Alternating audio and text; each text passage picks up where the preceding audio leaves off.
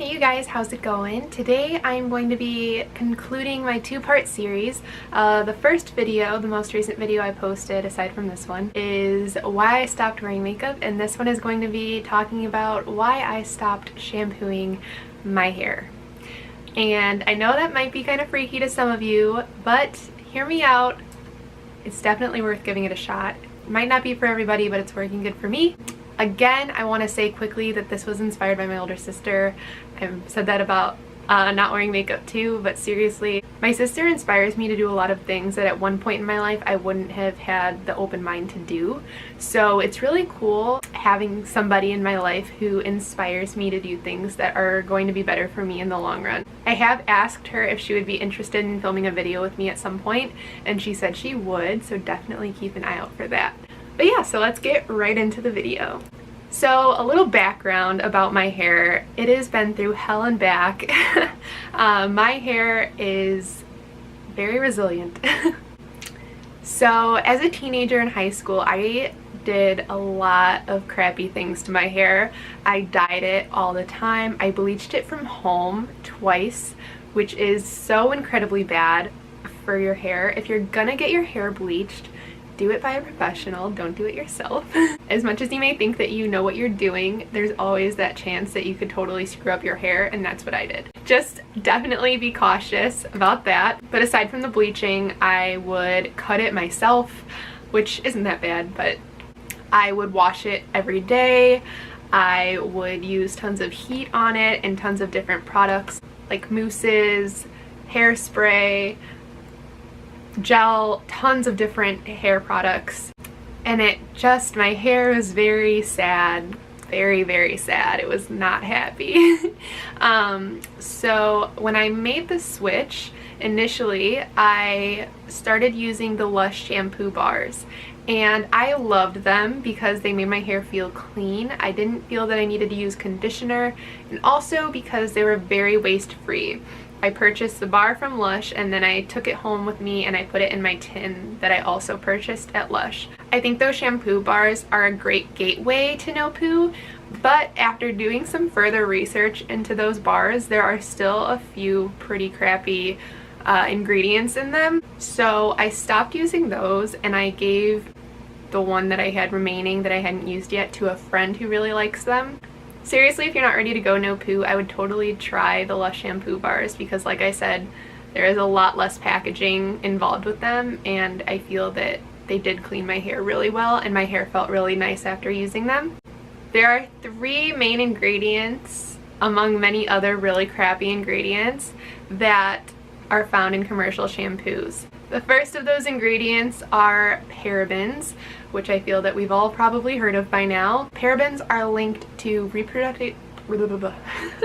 reproductive damage as well as cancer, which is definitely very scary. The second one is sodium lauryl sulfate, which is a synthetic detergent that strips hair of its natural oils and also can damage your DNA, which is also terrifying. And lastly, fragrance is linked to asthma, decreased sperm count, and learning disabilities. And the reason those 3 are affecting us so negatively is because if you think about it, when you're in a hot shower, the hot water opens up your pores and the ingredients are absorbed through those open pores. A hot shower is pretty much just enabling these products to soak in and affect what's on our inside. And if it's that bad for our insides, just imagine how bad it is for our environment when our shampoos and our conditioners and our conventional body soaps are being rinsed down the drain. So I wanted to take an approach to no poo that I knew wouldn't be causing more damage than good. I researched the baking soda no poo method, and the pH level was not compatible. I cannot talk today. The pH levels of baking soda are no bueno for our hair, so I didn't want to do that. I didn't want to irritate my scalp at all. And the one that I did find that kind of was interesting to me was the honey method. So what I do is I take about a teaspoon of raw unfiltered honey and I mix it with some warm water. You want the water to be warm because it'll help the honey melt and mix into it better. This is the honey that I use. I showed it in my previous video because I also use honey to wash my face. Honey is awesome because it has a lot of natural antibacterial properties in it, and I definitely feel that my hair is cleaner when I use this. So this is the Medava brand. I can't pronounce it, but that's how it's spelled right there. Yeah, you want it to be raw and unfiltered. This one is organic, which is awesome, but it doesn't necessarily have to be organic. Totally try to find a local honey. I should have done that, but I was in a pinch and I just picked some up at the grocery store, which isn't one of my proudest moments, but it's okay. So yeah, I have this little bottle. It's just a glass bottle. I picked it up at a little store near me. And I put my teaspoon of honey in here, and then I poured in some hot water and I mixed it, and I've had this for probably a week and it's still good. Yeah, so I don't use this every day either. I use this probably once a week, maybe even less than once a week, sometimes maybe more than once a week. It kind of just depends on what I'm feeling. But when I'm not using this, I'm just washing my hair with water, which is pretty much the same thing as washing your hair with shampoo, I feel like. At least in like the process. You just get your hair wet and you rub your scalp, get some scalp stimulation going, and yeah, don't have to rinse anything out because it's just water. So I want to talk to you a bit about my transition period, because when you go no poo, it's nearly inevitable that you go through a transition period, and what that means is that your scalp is adapting to not being stripped of its natural oils, and it is overcompensating because all of my 21 years of life I've been using these commercial shampoos, and my hair has had to make lots of extra oil to compensate for the oil that's been stripped by those shampoos. So now that I'm not using those shampoos, it's still doing that because it has to adjust to being loved again.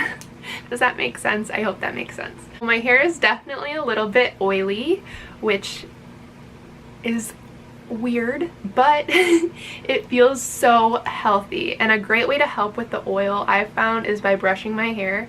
I don't brush my hair very often or even every day, but if my hair is really feeling oily that day, then I will go ahead and take a brush to it and kind of help distribute all of the oil down my strands of hair so it's not all concentrated on my scalp.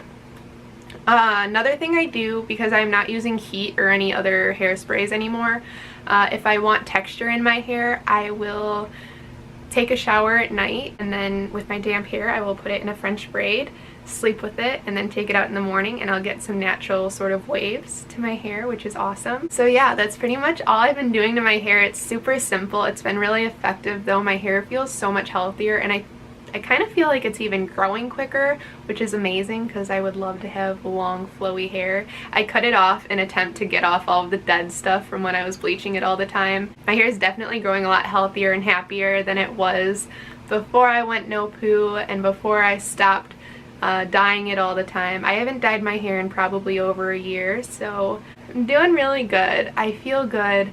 I feel really happy, and I know that my hair is happy, so that's good.